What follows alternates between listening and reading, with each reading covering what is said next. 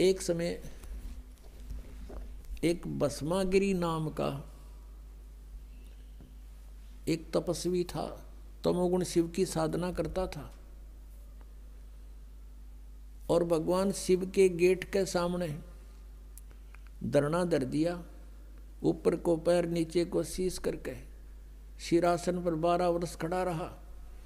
एक दिन पार्वती के प्रार्थना से भगवान शिव से कहा पार्वती जी ने कि आप तो देवों के देव हैं, महादेव हैं, आपका भगत क्या मांगता है, इसको देव यहाँ से चलता करो, इसको समय सुबह सुबह माथे लग गई हो यहाँ पर। भगवान शिव ने कहा कि बोल भाई भस्मागिरी क्या मांगता है। भस्मागिरी ने कहा कि आप वचनबद्ध हो जाओ प्रभु तब मांगू। शिव जी ने कहा वचनबद्ध हो गया बच्चा, मांग क्या मांगता है। वो खड़ा हो गया, फिर तो छोड़ दिया सिरासन, सीधा खड़ा हो गया। कहने लगा भगवान आप ये भस्म कड़ा दे दो। भगवान शिव जी के पास एक भस्म कड़ा था, हाथ में पहन रखा था, और कोई भी किसी की तरफ ऐसे करके उसके सिर पे करके नू कह दे भस्म, वो भस्म हो जाता था। इसका खूब पता था भस्मागिरी ने। अब उसने किस लिए तपस्या की थी भगवान शिव जी की कि पार्वती को तो पत्नी बनाऊंगा, भस्म कड़ा लेकर शिव जी ने मारूंगा। जो ही भगवान शंकर ने वो कड़ा निकाल कर दे दिया कि ले बच्चा। भगवान शिव ने न सोचा था यो जंगल में रहता है, अपनी रक्षा के लिए लेता होगा राक्षसों से। भगवान शिव ने ये भी ना पता था तेरा दुश्मन है, भगत नहीं।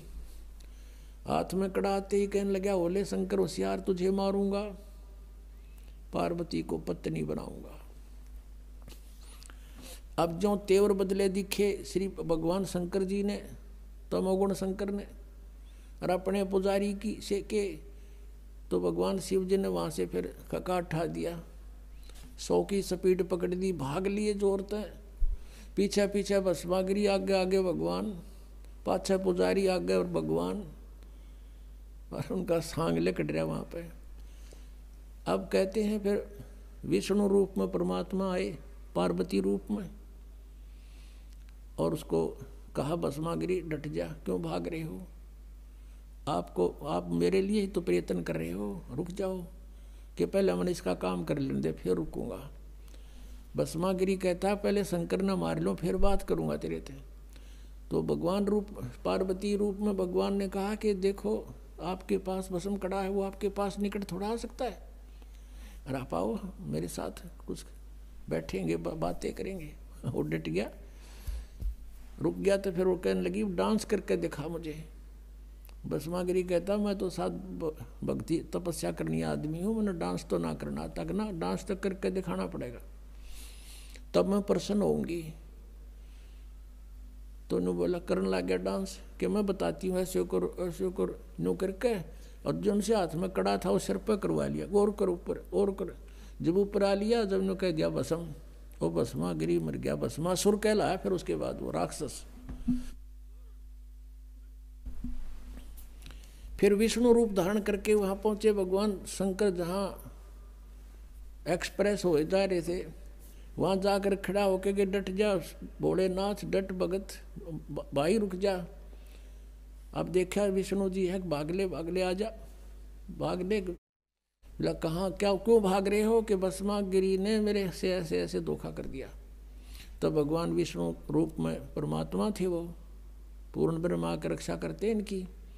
कहने लगे कि देख वो मैंने मार दिया, ये तेरा भस्म कड़ा रहा, पकड़े ना जच्ची उसका, कि उसका तो बहुत भयंकर रूप विकराल रूप था, वो नू कैसे दे दिया कड़ा। तो वापस आए, बताया कि ये राख पड़ी उसकी, यहाँ मरा वो। तो भगवान शिव जी का कलेजा ठंडा हुआ।